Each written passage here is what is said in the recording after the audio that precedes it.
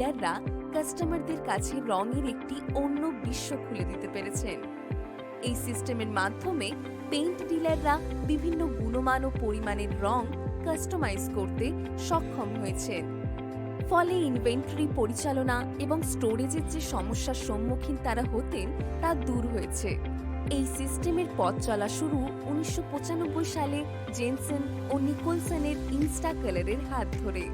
পরবর্তীতে 1996 সালে Asian পেইন্টের colour world এবং বার্জার পেইন্টের কালার ব্যাংক এই ইকোসিস্টেমকে আরও এগিয়ে নিয়ে যায়।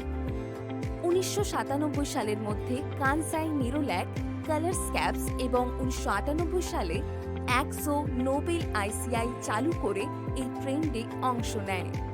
2000 সালে শালিমার পেইন্টও মার্কেটে কালার স্পেস নিয়ে আসে এবং 2006 সালে নিপন পেইন্ট ভারতে কালার ক্রিয়েশনস এবং জেএসডব্লিউ পেইন্টস 2018 সালে কালার ভিস্তা চালু করে। এই সিস্টেমটি যেভাবে কাজ করে, কাস্টমার পেইন্টের দোকানে গিয়ে আমাদের শেড কার্ড বা ফ্যান ডেকের থেকে নিজের পছন্দের রং এবং ইকোনমি থেকে প্রিমিয়াম রেঞ্জের মধ্যে ক্যাটাগরি যেমন ইন্টেরিয়র এবং এক্সটেরিয়র বেছে নিতে পারেন, যার স্ট্যান্ডার্ড প্যাক সাইজ শুরু 1 লিটার, 4 লিটার, 10 লিটার এবং 20 লিটার থেকে। তারপর বেছে নেওয়া শেড কোডটি আমাদের ইউজার ফ্রেন্ডলি টিন্টিং সফটওয়্যারে অনায়াসে লেখা হলো। পেইন্টিং প্রজেক্টের জন্য বেছে নেওয়া বেস প্যাকটি ডিসপেন্সারে লোড করুন এবং প্রয়োজনীয় মাপটি বেছে নিন।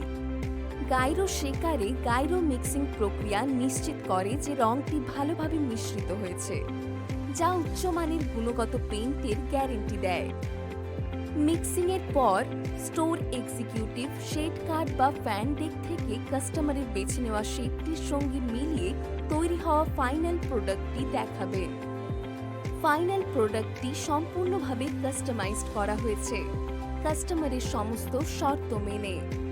পেইন্টের মূল্য মূলত 3টি বিষয়ের উপর নির্ভর করে: রঙের পরিমাণ, নির্বাচিত বেস রং এবং কালারেন্ট।